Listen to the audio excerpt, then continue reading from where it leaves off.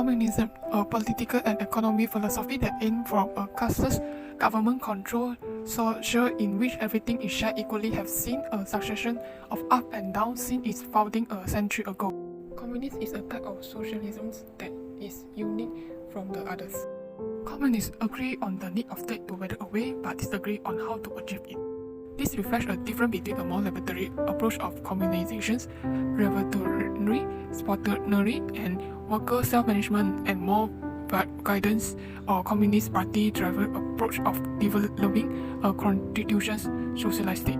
According to its advocate, communism is a higher and more evolved version of socialism. The difference between communism and socialism has long been a point of contention, although it is primarily based on communist devotions to Karl Marx's revolution's socialism.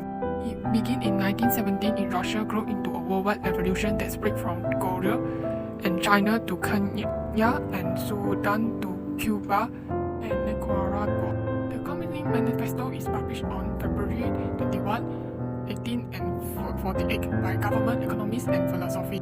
Karl Marx and Friedrich Engels advocating for a worker-class uprising against the capitalism. Worker of the Globe unites, become the organization's roaring cry. According to Leader, State and Revolution, 1917, socialism relates to Marx's first spread of communist social, whereas communist popular belong to the second. In 1918, the year after they took power in Russia, Lenin and the Bolshevik branch of the Russian Social Democratic Worker Party formalized these distinctions by adopting the name All Russia Communist Party. Since then, communists have been mainly, if not solely, associated with the Soviet Union system of politics and economic structure, which was later adopted by the People's Republic of China and other communist-ruled nations. Following the October Revolution, communism extended to China, with Mao Zedong access the power, and to Cuba with Fidel Castro take over. It was the philosophy driving one side of the Cold War, and with the fall of the Berlin Wall, which have divided the Communist East Berlin for Berlin for Democratic West Berlin for over 30 years. Come down on November 9, 1989. Communist government in Czechoslovakia, Hungary, Bulgaria, Poland, Romania, Benin, Mozambique, Nicaragua and Yemen all fell apart in 1990. This shows that the Berlin Wall are spreading the declines. Only a few nations are still ruled by the communists today. The Malayan Emergency was a conflict between communist guerrillas and British Commonwealth forces, including Australia. The Malayan Communist Party (MCP) were seeking to overthrow the British colonial administration in Malaysia. In 1946, British announced granting of citizenship to the Malayan Chinese. However, it was extremely unpopular with the wider Malay population, so the British withdrew them. The Malayan Chinese was enraged and some of them abandoned protests and started a campaign of violence that include intimidation, sabotage, and selective assassination. The Malayan Emergency also because of the arose from political and ideological uncertainty in Asia following the Second World War and from a long-standing antipathy between the British and the Malayan Chinese. In the jungle of Malayan War is soon, the first British Empire was shot afire one day in April. On the morning of 16 June 1948, early in the morning, Arthur Walker, who is the British plantation manager, has completed his inspection around and returned to his office back. There are three members of Malayan Communist Party (MCP) come by bicycles and stopped next to Arthur Walker's office and shot him. Arthur was killed. June 18, British enacted emergency measure into law first in Perak because of the incident that happened in Sungai Siput. Emergency is declared in response to the murder of British planters in northern Malaya. The support they received from Chinese community was an important element in sustaining their campaign. British had changed their mind and offering them citizenship. In August 1957, when Malaya became an independent federation with Tunku Abdul Rahman as Prime Minister, the anti-colonialism of the communists became meaningless. However, the Malayan government did not declare an end to the state of emergency until 31 July 1960. By that time, 6,700 guerrillas and 1,800 Malayan and Commonwealth troops and more than 3,000 civilians had lost their lives in the conflict. Communism. After World War II, the Federation of Malaya was formed through the unification of several former British territories. The negotiation included special guarantees of rights for Malay and the establishment of a colonial government. This development angered the Communist Party of Malaya, an organization that was composed largely of Chinese members and was committed to an independent Communist Malaya. In 1948, the government declared a state of emergency. British efforts to suppress the uprising militarily were unpopular, especially their recollection of rural Chinese into tightly controlled new villages. Under the leadership of British High Commissioner Sgdn, however, the British began addressing political and economic grievances. Early 1950, several measures include local elections and the creation of village council were introduced to facilitate independence. In addition, many Chinese were granted citizenships. Such action decreased support for the insurgency, which had always been limited. By the mid of 1950s, the rebels had become increasingly isolated. The emergency was not formally declared over until 1960. Bukit Kepong incident was an armed encounter in 1950 during the Malayan emergency between the Federation of Malaya Police and the guerrillas of the Malayan National Liberation Army, the armed wing of the Malayan Communist Party. This conflict took place in an area surrounding the Bukit Kepong police station. The wooden station was located on the river banks of Muarish.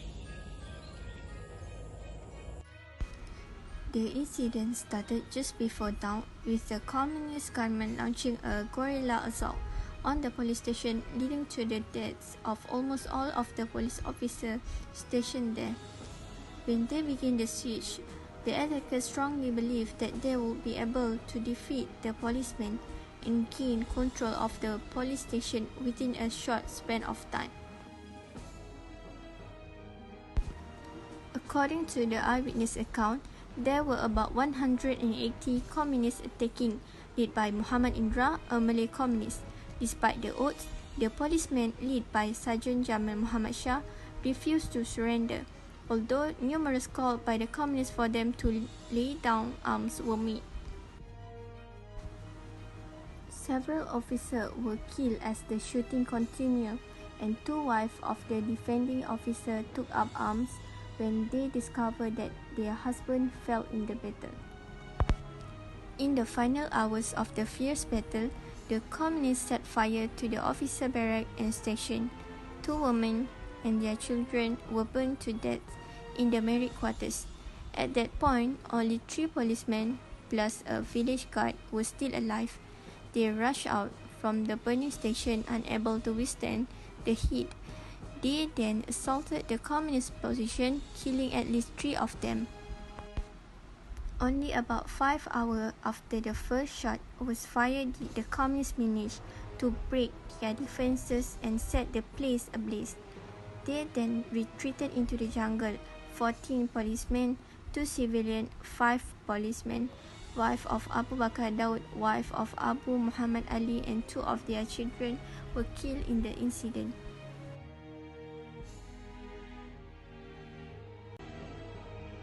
Next, difference of communism and socialism. In communism, there is no such thing as private property under communism. All property is owned by the community and each person receives a share based on their needs.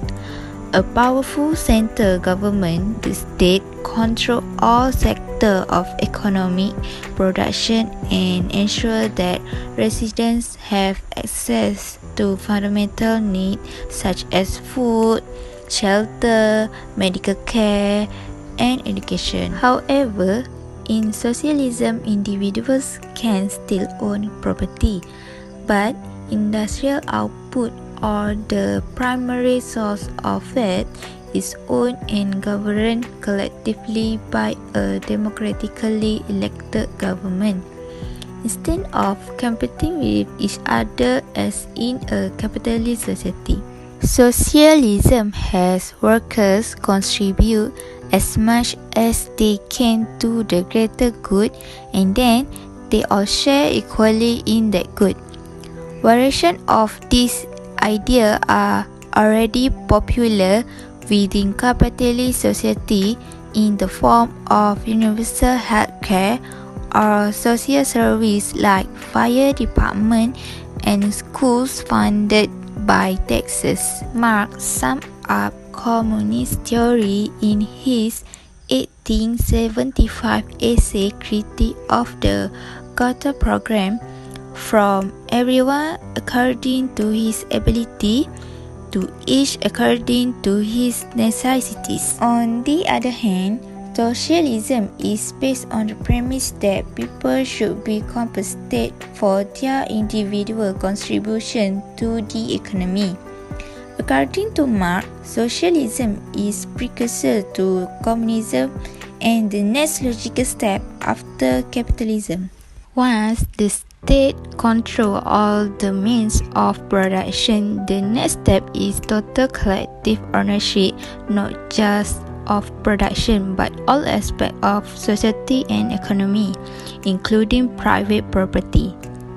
The intention of abolishing private property is a classless, moneyless, and stateless society where everyone works toward the same collective goal of being healthy, happy, and free. Everybody does what they can to contribute and takes only what they need in return. There are no true communism countries, and there never have been.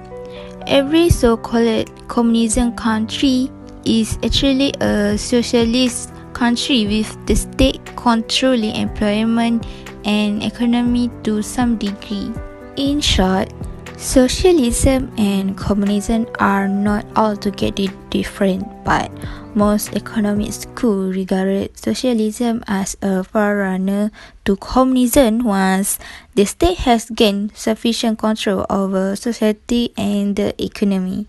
In the 20th century, communism was viewed as a response to capitalism's fundamental flaw. The communist democratic model is an excellent governing system in theory. Unfortunately, when put in practice, it failed. Rather than the people doing themselves, one man appeared to dominate the others, resulting in monarchy.